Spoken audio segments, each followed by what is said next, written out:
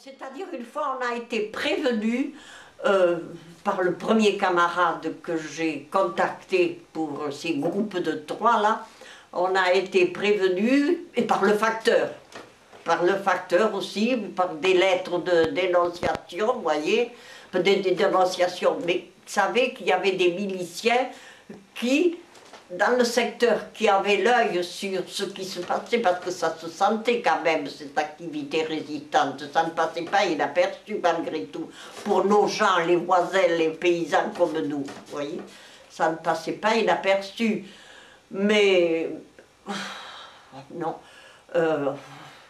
je vous dis, on n'a pas même, je vous dis, les miliciens sont venus une fois, d'ailleurs, ils sont venus chez cet ami camarade-là. Ils venaient de rentrer, de distribuer des tracts, et la veille, on avait tapé à la machine, faire des tracts et tout ça. Il y avait même quelques armes, parce que lui, il était en relation directe, active, et même il conduisait les groupes d'un endroit à un autre. Vous voyez, ils avaient camouflé sous le foin, sous la paille, une machine à écrire, des armes. Et les miliciens sont venus le lendemain. Et bien, ils ont marché partout, ils n'ont rien trouvé. Ils n'ont rien trouvé. Et alors, une fois, donc, on avait été prévenu par lui qu'il y avait encore une visite importante de miliciens. Mon père est parti dans la nature, je ne sais pas où.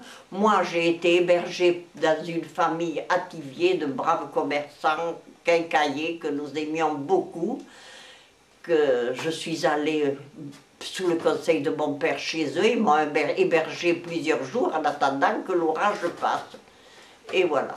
On peut aussi avoir du mal à comprendre comment les familles, elles ont tendance à protéger les enfants, les familles. Oui. Donc là, elles savaient que les enfants, ils risquaient la mort aussi. Eh bien, bien sûr, bien sûr. Ça aussi, c'est difficile à comprendre. Elles savaient que les... Bien sûr, bien sûr. C'est-à-dire, je ne sais pas au départ, je pense qu'à la mort, on n'y passe pas. Je ne crois pas, on n'y passe pas. Je vois les jeunes qu'on a connus, qui ont fait les premiers maquisards, puis ensuite qui ont été les responsables de groupes. Non, je ne crois pas qu'ils y passent. Ils n'y passaient pas. Il fallait le faire, c'était tout. C'était une nécessité vitale de s'organiser contre l'occupant, contre Vichy. C'était une nécessité vitale.